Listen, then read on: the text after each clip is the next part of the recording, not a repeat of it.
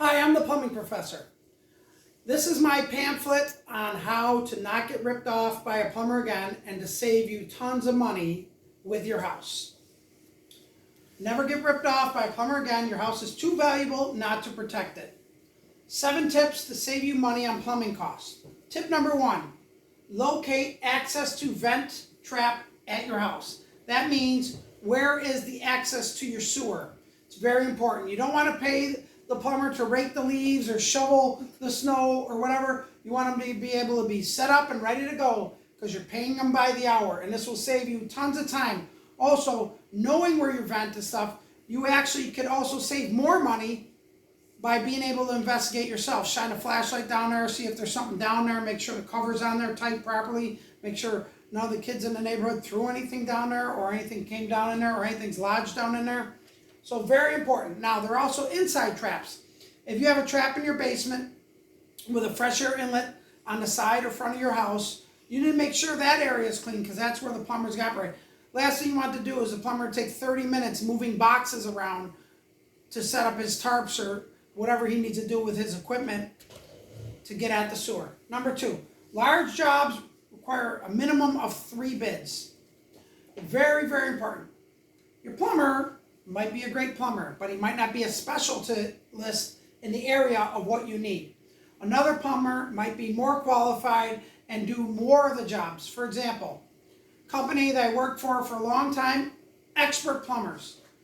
But they stopped doing excavation because they had another company that was doing almost 30 excavations a month, and they were more suited for it. They had the excavators, the dump trucks, the rock, the staff, things of that nature. So what we could do it for was not the same as what they could do it for. So talk to your plumber, get a bid, make sure, and he's not going to be offended.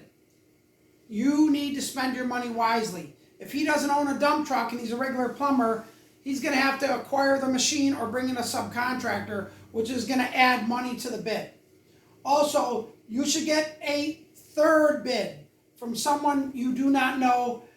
Don't fall for the sales tricks. Don't sign anything. Don't ever worry about pushy salesmen. Always tell them that you need to consult with somebody. Huge thing for large plumbing jobs, especially excavation or total waterproofing of the whole house. Get minimum of 3 bids so you know where you stand. Number 3, research a quality product with a warranty over a store-bought item. Understand the quality product will last a long time versus cheap product that will give you problems. I understand money is tight now more than ever, but in the long run, you will not be rewarded when you buy a cheap product that will not last, especially for rental. If you're in a landlord situation, your renters will beat that up. They will not treat it the same way you would treat it, and that's one misconception.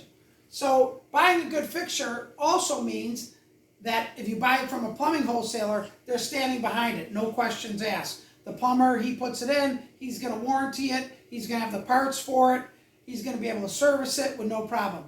You go to a big box store, they might be already onto the new style of faucet or the new thing that came out, and they might not have the part. Last thing you want to do is not be able to use a kitchen sink for a week or 2 while you're waiting for a part from out of town. So that's one big thing. Poor parts, poor availability, and lower quality. Now, you can find your style or a style that you can live with at a plumbing supply store through your plumber. And it'll give you great referrals. Buffalo Plumbing Showroom and Supply are the 2 largest here. They also have LA Hazard. Let's go right on to number 4. Keep your gutters clean. This is very important. As we talked about in other videos where you're looking where the water's coming down in the gutters, that water can splash. It starts to erode a sinkhole or mess with the air conditioner or the pool filter or whatever you have beside the house. Then it gets down into the foundation. You go through a couple freeze thaw cycles and now you have a crack in the wall. Keep the gutters clean. You will be paying thousands of dollars in damage to your house if you let that gutter overflow over time. It not only will cause water damage to the roof, the siding, the foundation, it will also cause erosion where the water drips onto the ground. Number 5 goes right with number 4, protecting your foundation from water damage. Finding the source of the water first. If it's a dripping gutter, you handle it. If it's an overflowing gutter, you handle it. If it's where the downspout is flowing and you're not directing the water away from the house, then you need to do that. You need to make sure you have a splash block or be able to direct the water from erosion protection away from the house. So you redirect to the proper storm sewer or drainage ditch.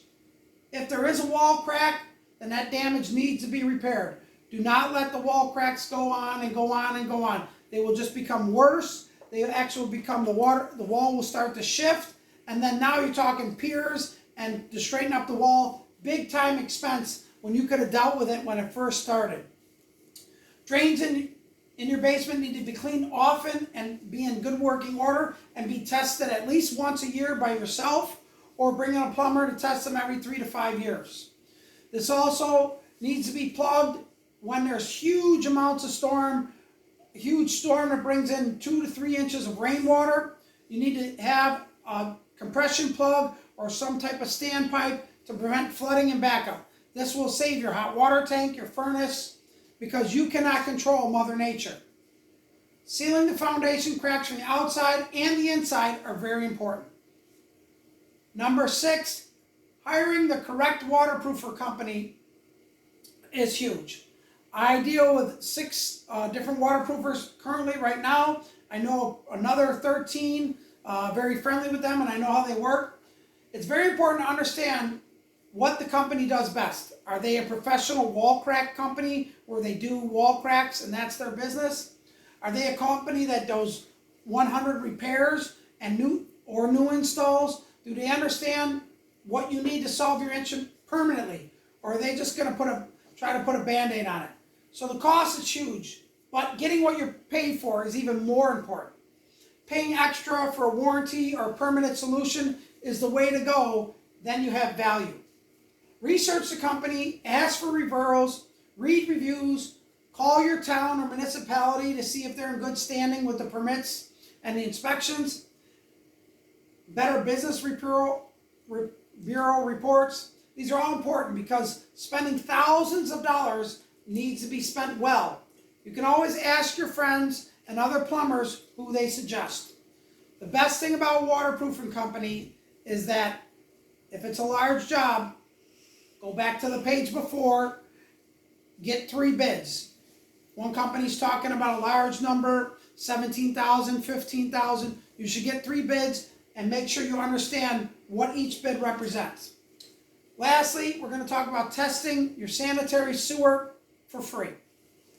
Find your house trap, and we talked about that on the first tip. Front lawn or driveway or inside the basement near the water mirror. Take the cap off, look down with a flashlight and see what you see.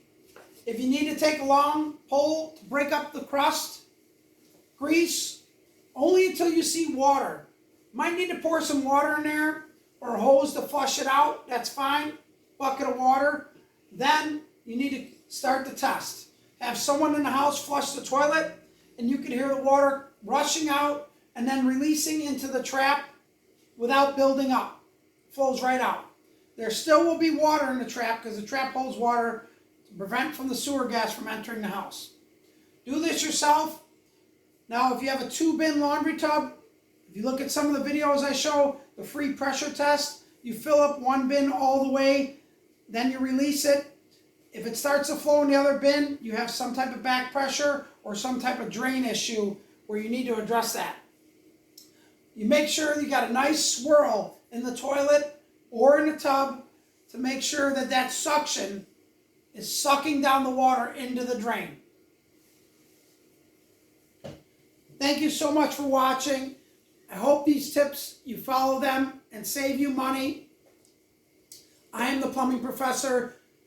More information, you can reach me at plumbingprofessor.org, plumbingprofessorinc.com. Thank you so much for watching.